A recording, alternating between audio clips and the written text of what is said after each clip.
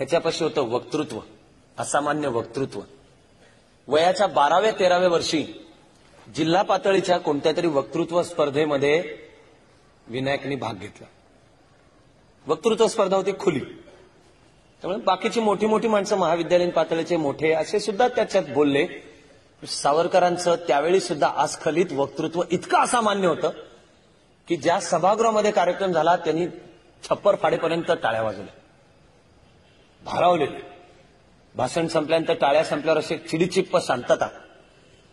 परीक्षकांनी जेव्हा निकाल लावला तेव्हा सावरकरांना पहिलंही नाही बक्षीस, दुसरंही नाही, तिसरंही नाही, उत्तेजनार्थ सुद्धा नाही, बक्षीसच नाही.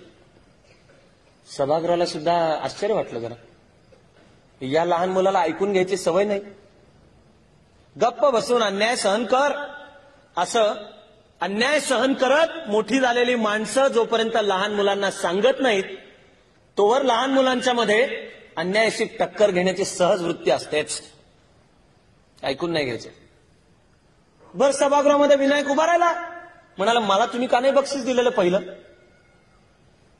तर परीक्षक म्हणाले की ही वक्तृत्वाची स्पर्धा होती, पाठांतराची नाही. तुझं भाषण चांगलंय पण तुझी भाषा इतकी असामान्य, इतकी प्रगल्भ आहे की ही 12-13 वर्षाच्या मुलाला शोभत नाही. ही तुझी भाषा नसेल, तुला कोणीतरी भाषण लिहून दिलं. कारण तेव्हापासून आजपर्यंत सगळ्यांची समजूत आहे की वक्तृत्व म्हणजे पाठांतर.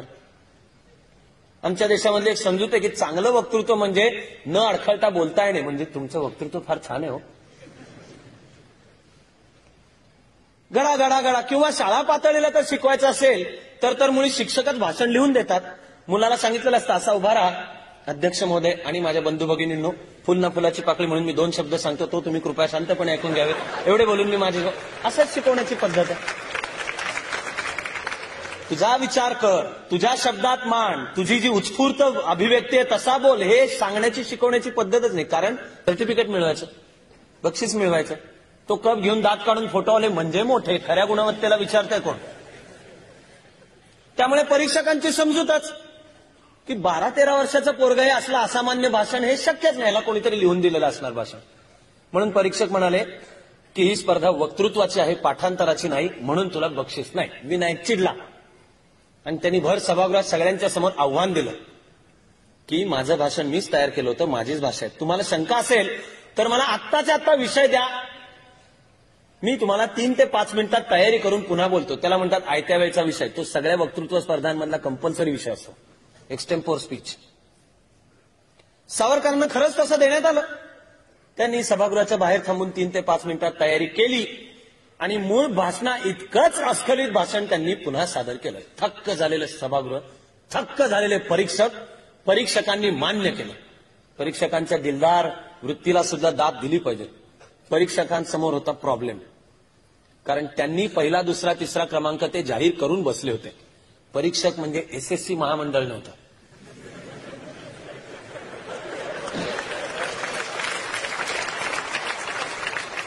आदल्या दिवशी एक मुलगा पहिला म्हणून जाहीर आणि दुसरा मुलगा नापास म्हणून जाहीर. मग दुसऱ्या दिवशी घाबऱ्या म्हणाले अरे नाही नाही नाही, तो जो काल नापास म्हणून जाहीर झाला तो मुलगा पहिला आहे.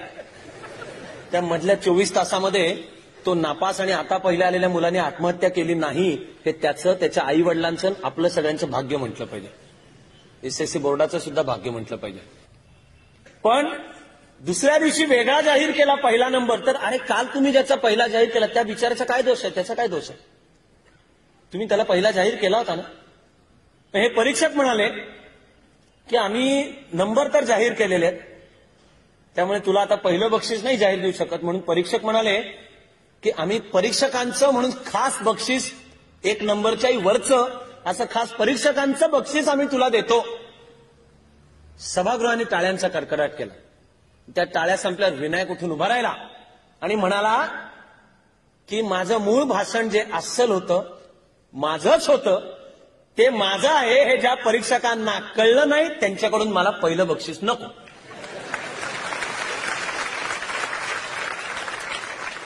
वयाच्या 13व्या वर्षी घडलेल्या मला या एका प्रसंगात वाटतं की स्वातंत्र्यवीरांच्या सर्व आयुष्याचं एक प्रतीक जणू यात आहे.